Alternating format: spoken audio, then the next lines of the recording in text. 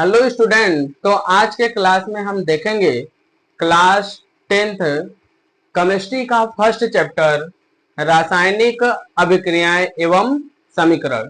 तो देखिए इस चैप्टर में हमको कौन कौन सा टॉपिक पढ़ना है।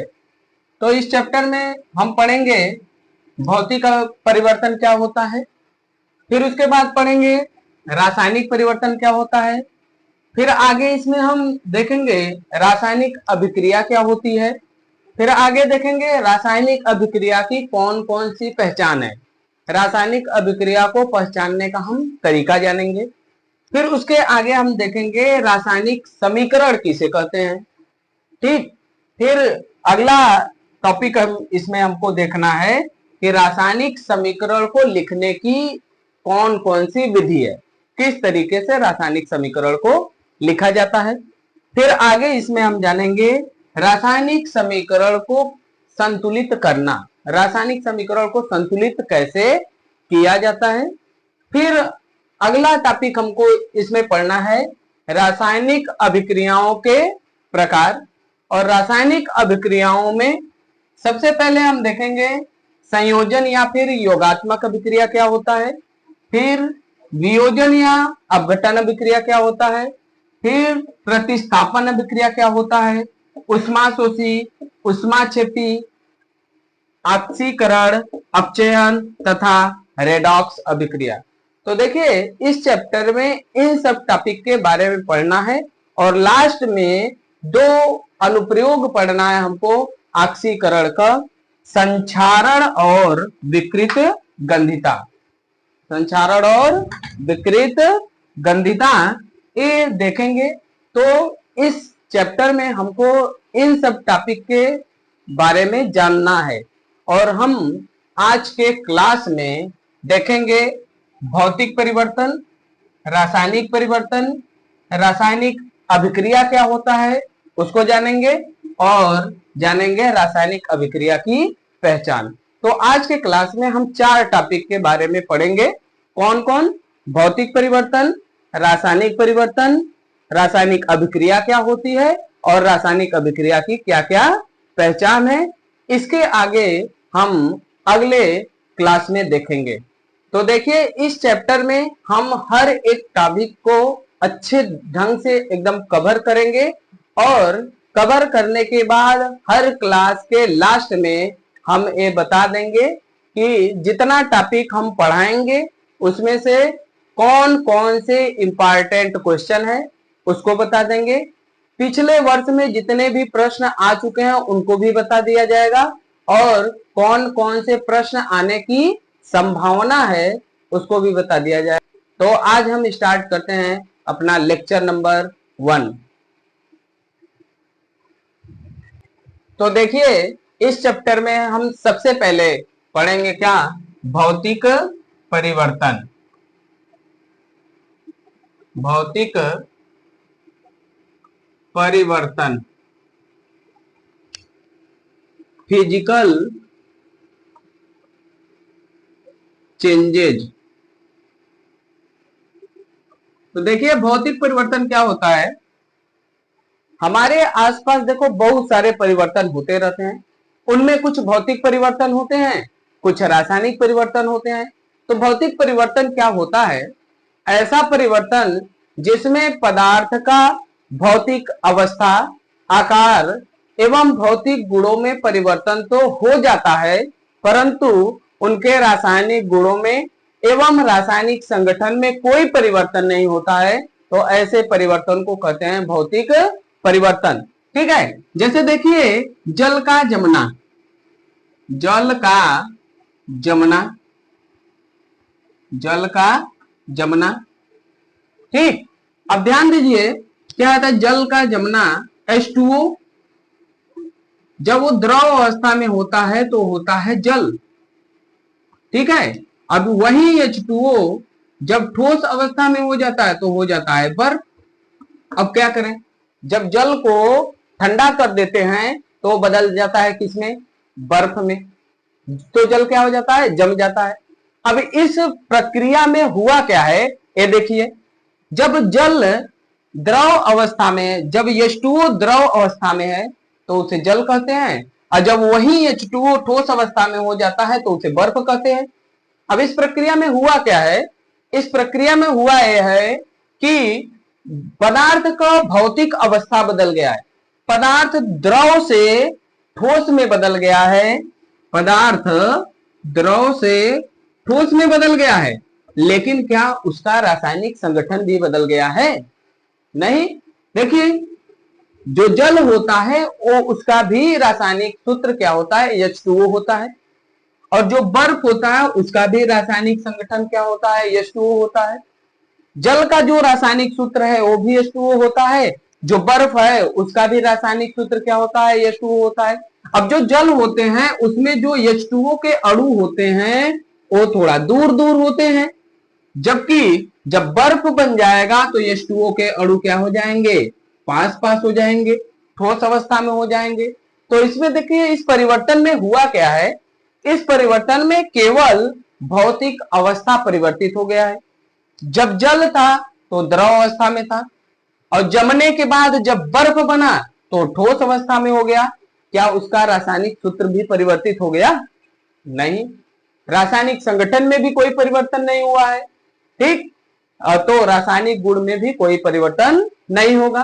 तो ऐसा परिवर्तन जिसमें पदार्थ का भौतिक अवस्था, आकार एवं भौतिक गुणों में परिवर्तन तो हो जाता है, परंतु उसके रासायनिक संगठन में, रासायनिक सूत्र में एवं रासायनिक गुणों में कोई परिवर्तन नहीं होता है। तो ऐसे परिवर्तन को कहते हैं भौतिक परिवर्तन। और एक बात और याद रखिए कि जब भौतिक परिवर्तन होता है तो कोई भी नया पदार्थ नहीं बनता है, किसी भी नए रासायनिक पदार्थ का निर्माण नहीं होता है। ए भी देखो H2O है, क्रिया होने के बाद भी क्या है, H2O है। परिवर्तन के पहले भी H2O है, परिवर्तन के बाद भी H2O है। क्या कोई नया पदार्थ बना? नहीं। तो ऐसा परिवर्तन जिसमें किसी भी नए पदार्थ का निर्माण नहीं होता है, ऐसे परिवर्तन को कहते हैं भौतिक परिवर्तन। तो जल का जमना क्या होगा, एक भौतिक परिवर्तन। ऐसे ही है बर्फ का गलना, बर्फ का गलना, बर्फ का गलना। अब ध्यान दीजिए, बर्फ का गलना इसका उल्टा प्रक्रिया है।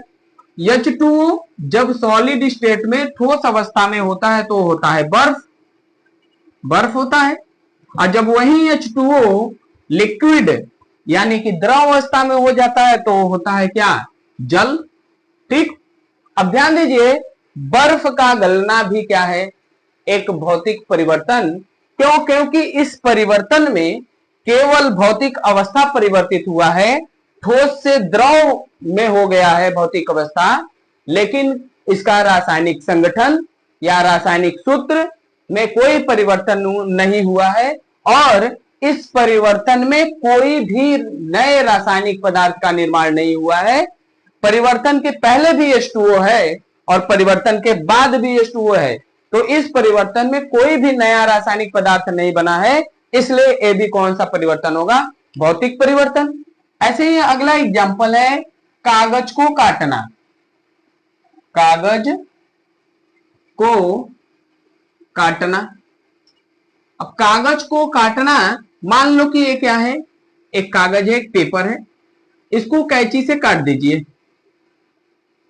जब हम इसको काट देंगे तो पेपर के कितने टुकड़े हो जाएंगे, पेपर के 2 टुकड़े हो जाएंगे।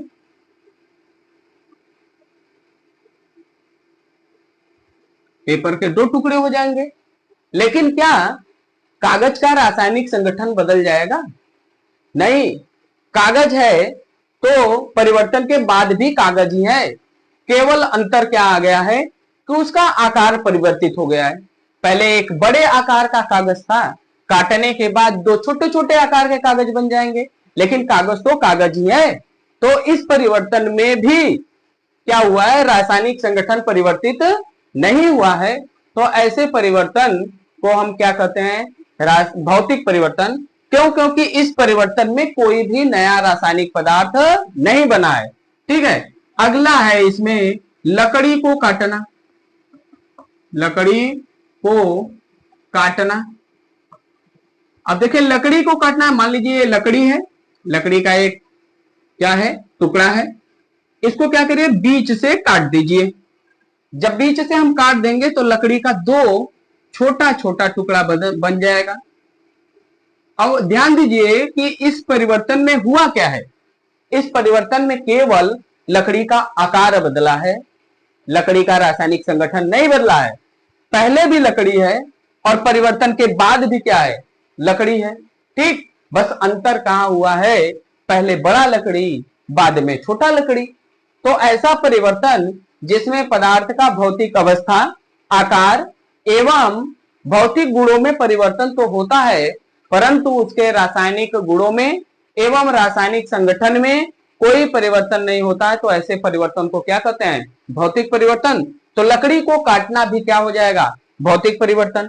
ठीक है, अगला देखिए इसमें क्या है, मोम का पिघलना। मोम का पिघलना, मोम का पिघलना। अब देखिए यहां लड़कों को, बच्चों को बहुत कंफ्यूजन होता है।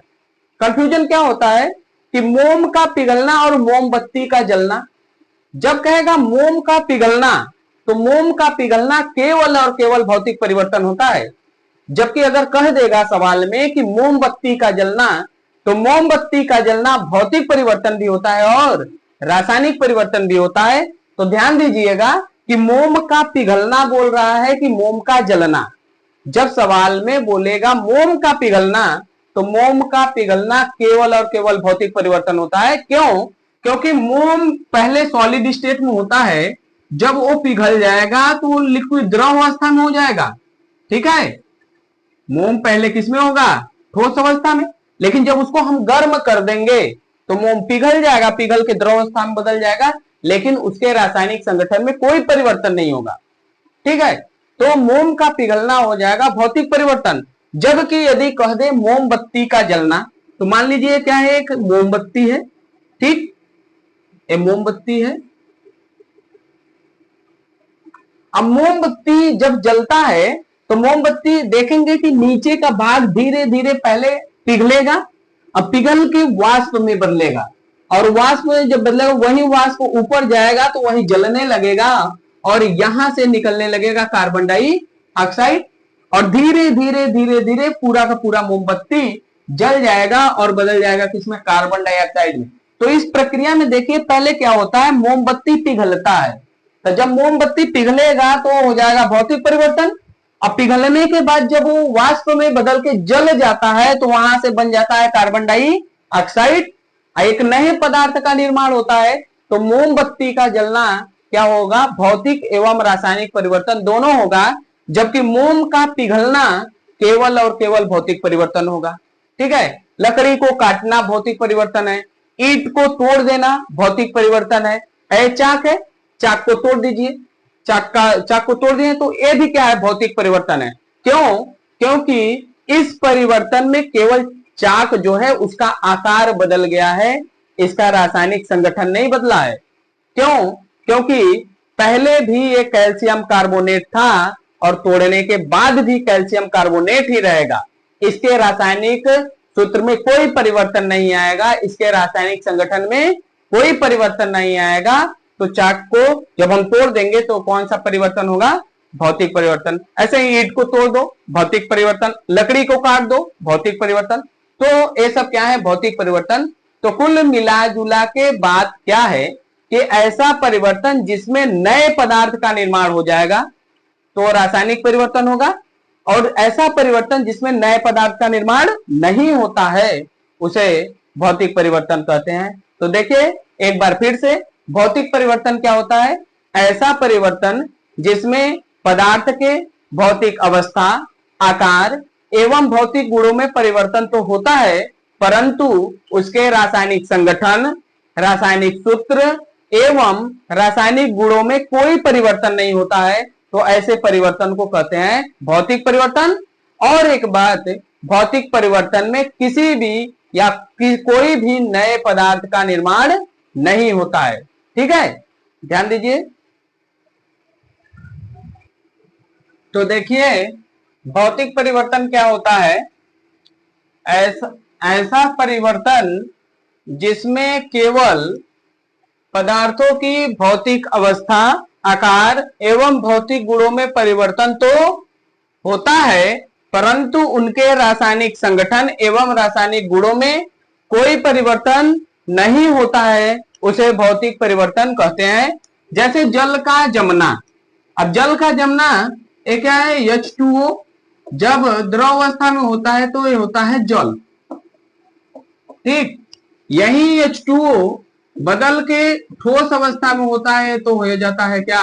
बर्फ। तो जल का जमना एक भौतिक परिवर्तन है।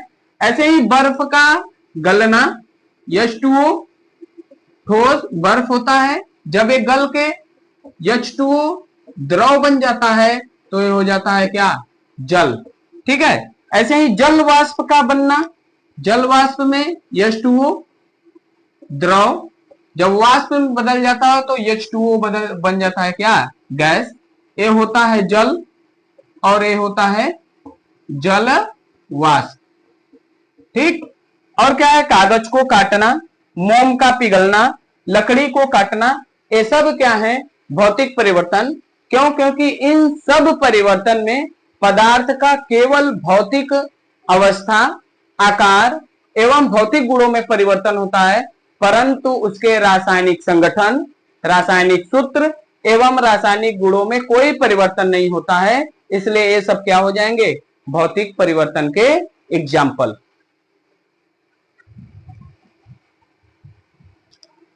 अब आगे हम इसमें देखेंगे रासायनिक परिवर्तन। रासायनिक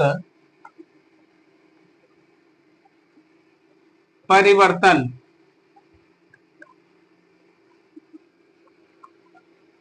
केमिकल चेंजेज।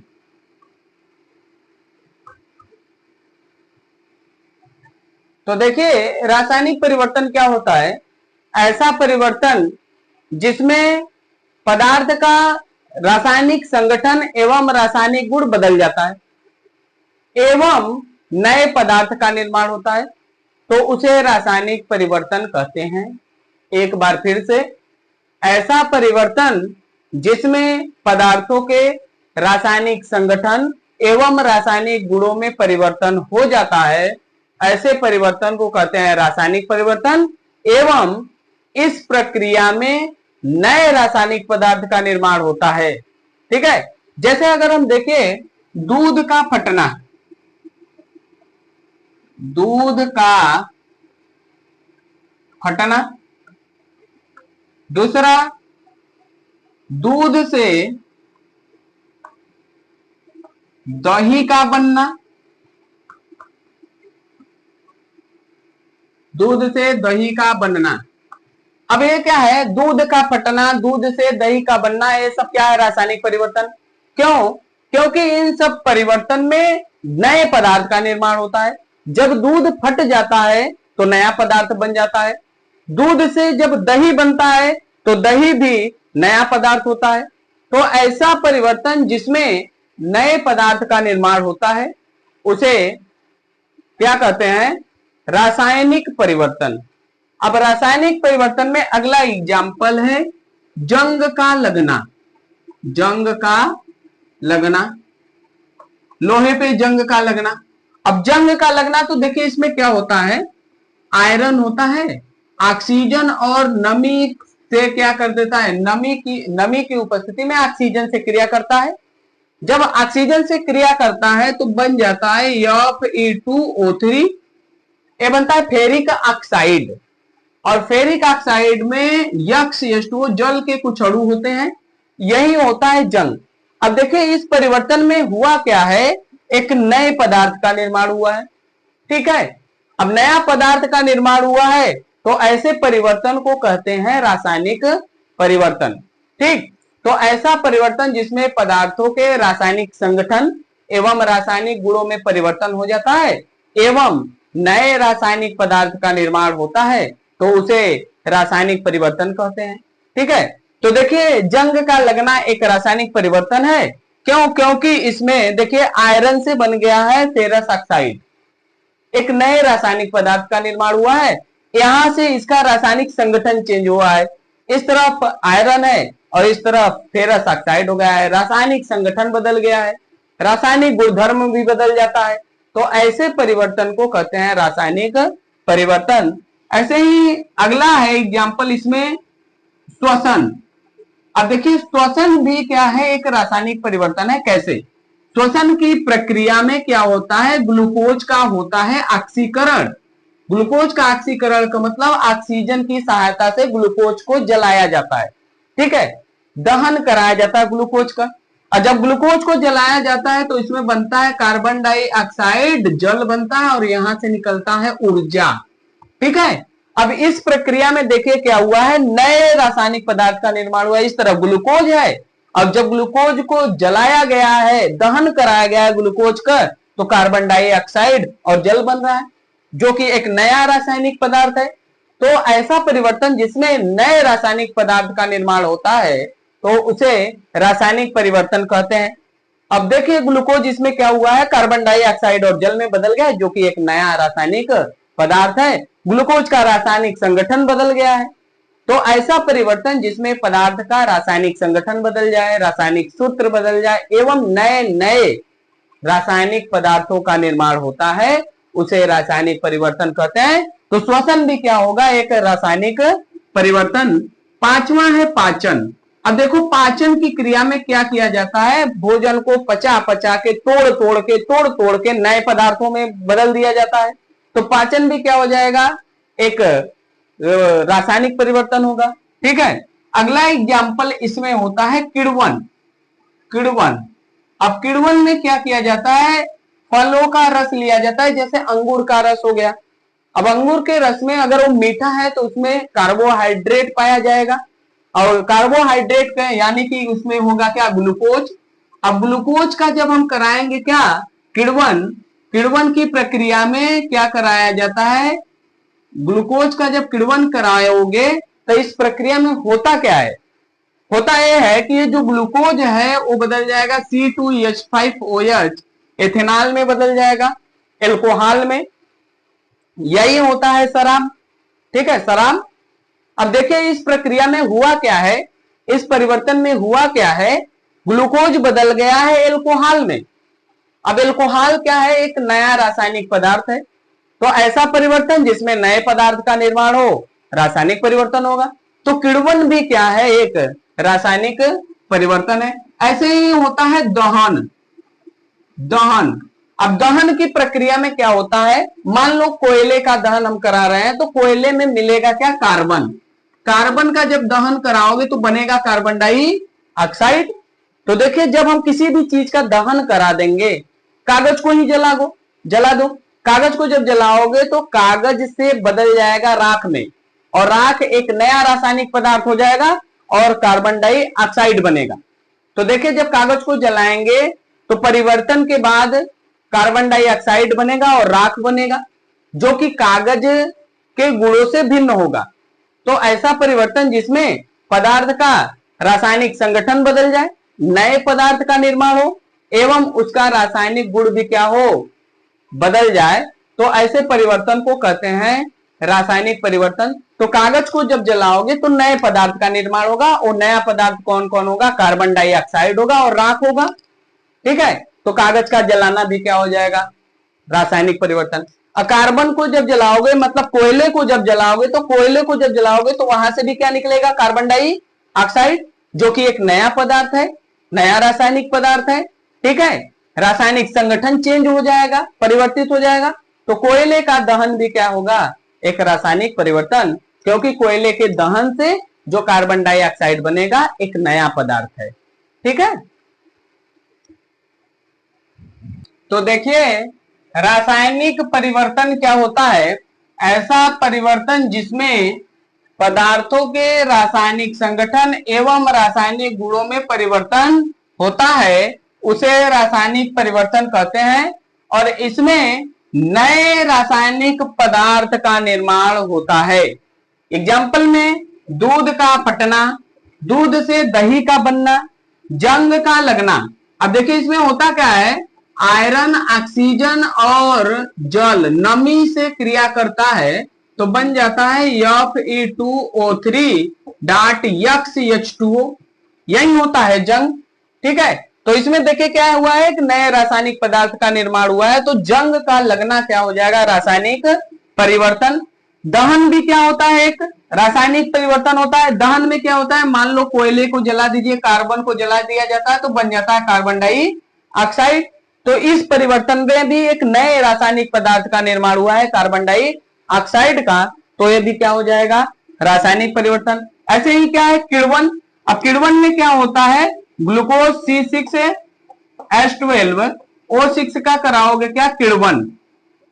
किण्वन फलों के रस, अंगूर के रस का किण्वन जब कराओगे तो बदल जाएगा वो C2H5OH, एल्कोहल बन जाएगा। ठीक, एथेनॉल बन जाता है। ऐसे ही श्वसन भी क्या है, एक रासायनिक परिवर्तन होता है। श्वसन में क्या होता है, ग्लूकोज का ऑक्सीकरण होता है, और जब ग्लूकोज का ऑक्सीकरण होता है तो बन जाता है कार्बन डाइऑक्साइड प्लस जल प्लस ऊर्जा। ठीक, तो ये भी, इसमें भी देखिए क्या हुआ है, नए नए रासायनिक पदार्थ का निर्माण हो रहा है, तो ये भी क्या होगा, रासायनिक परिवर्तन।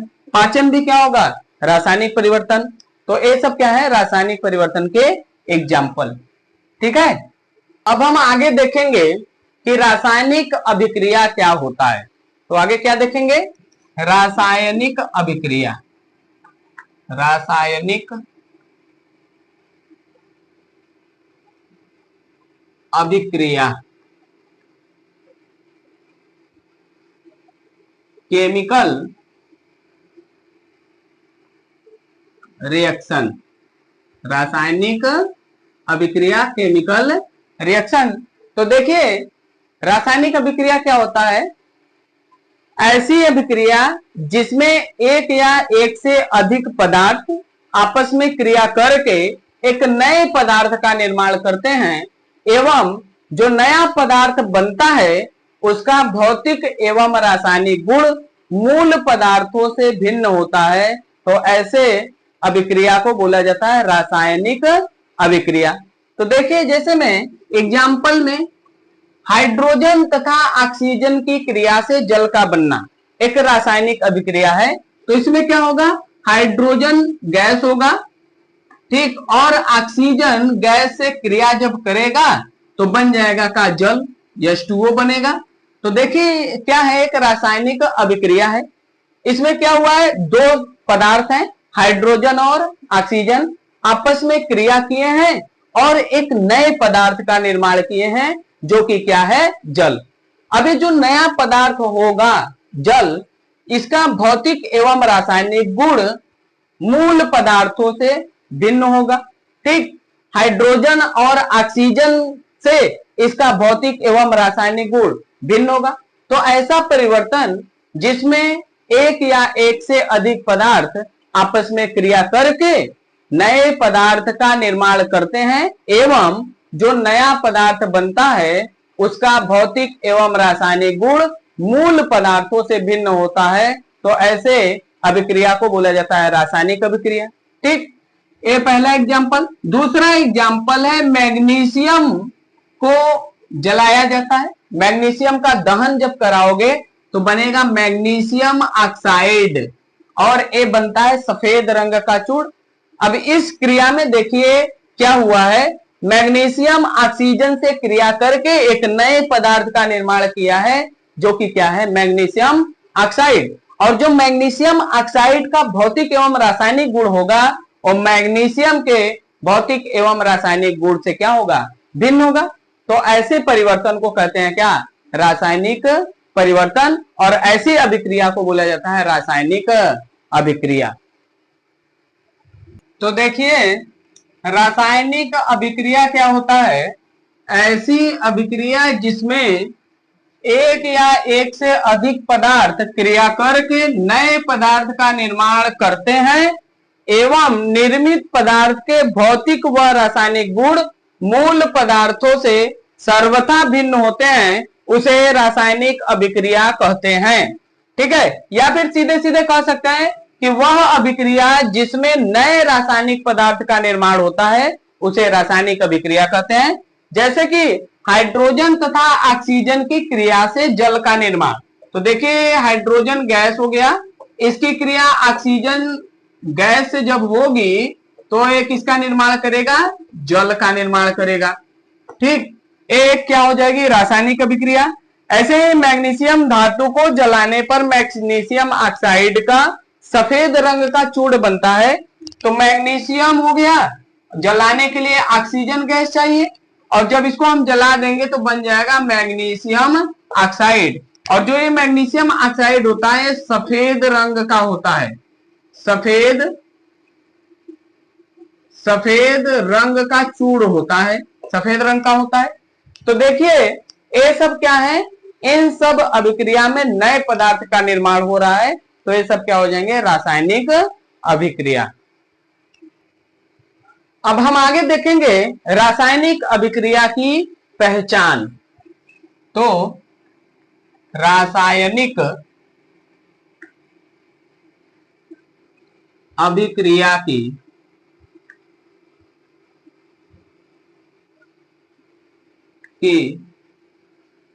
पहचान,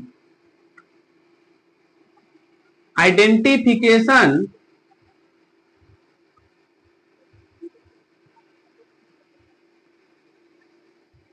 ऑफ केमिकल रिएक्शन।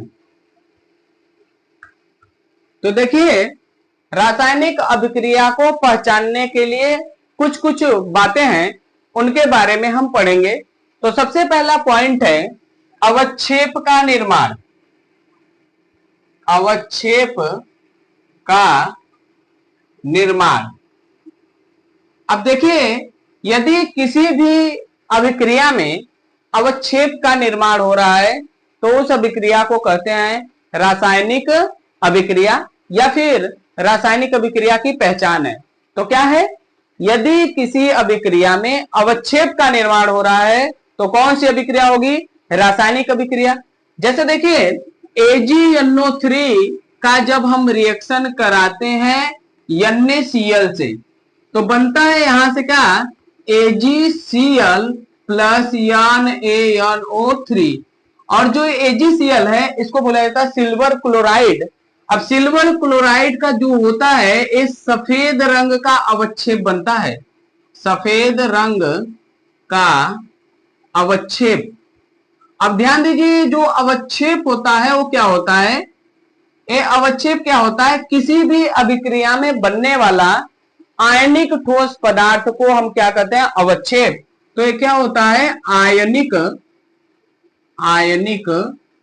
ठोस पदार्थ, ठोस पदार्थ।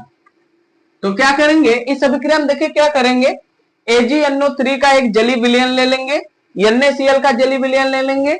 जब दोनों विलयन को हम मिलाएंगे, रिएक्शन कराएंगे तो देखेंगे कि रिएक्शन के बाद एक सफेद रंग का ठोस पदार्थ बनेगा जो धीरे धीरे नीचे बैठ जाएगा। तो उसी आयनिक ठोस पदार्थ को कहते हैं अवक्षेप। ठीक है, तो यदि किसी अभिक्रिया में अवक्षेप का निर्माण हो रहा है तो कौन सी अभिक्रिया होगी, रासायनिक अभिक्रिया। ठीक है, दूसरा इसमें एग्जाम्पल है गैस का निकलना, गैस का निकलना, गैस का निकलना। तो देखिए यदि किसी अभिक्रिया में गैस निकल रही है, कोई गैस निकल रही है तो कौन सी अभिक्रिया होगी, रासायनिक अभिक्रिया। जैसे इसका एग्जाम्पल देखिए, जब सोडियम का रिएक्शन हम हाइड्रोक्लोरिक अम्ल से कराते हैं तो यहां से बनता है NaCl प्लस उसमें से निकलती है हाइड्रोजन गैस। तो देखिए यदि किसी भी अभिक्रिया में गैस का निर्माण हो रहा है और या फिर गैस निकल रही है तो कौन सी अभिक्रिया होगी, रासायनिक अभिक्रिया। तो रासायनिक अभिक्रिया का दूसरा पहचान है गैस का निकलना। ठीक, और इसमें तीसरा पॉइंट होता है रंग में परिवर्तन।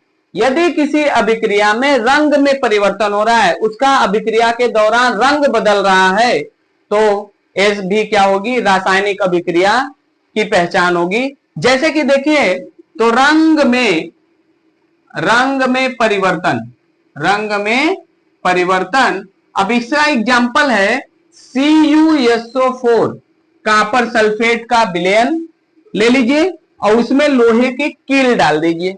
कॉपर सल्फेट का विलयन ले लीजिए, लोहे की कील डाल दीजिए, तो रिएक्शन के बाद बन जाता है क्या, FeSO4 फेरस सल्फेट बन जाता है और बन जाता है कॉपर। तो ध्यान दीजिए जो CuSO4 है उसका रंग होता है नीला, ठीक, और FeSO4 का रंग होता है हरा। तो जब कॉपर सल्फेट के विलयन में जिसका रंग नीला होता है हम लोहे की कील डाल देंगे अर्थात Fe डाल देंगे, तो जब क्रिया करेगा तो बनाएगा CuSO4 और उस कॉपर सल्फेट का जो रंग नीला था वो बदल के क्या हो जाएगा, हरा। तो ऐसी अभिक्रिया जिसमें रंग में परिवर्तन हो रहा है, ठीक, तो ऐसी अभिक्रिया जिसमें रंग में परिवर्तन हो जाए तो क्या होता है, वो भी क्या है, रासायनिक अभिक्रिया। तो रासायनिक अभिक्रिया की ये भी क्या है, एक पहचान है। अगला पॉइंट है ताप में परिवर्तन। ताप में परिवर्तन, अगर कोई ऐसी अभिक्रिया हो रही है जिसमें ताप में परिवर्तन आ जा रहा है, ताप बढ़ जा रहा है या फिर ताप घट जा रहा है, तो भी क्या होगी, रासायनिक अभिक्रिया की पहचान।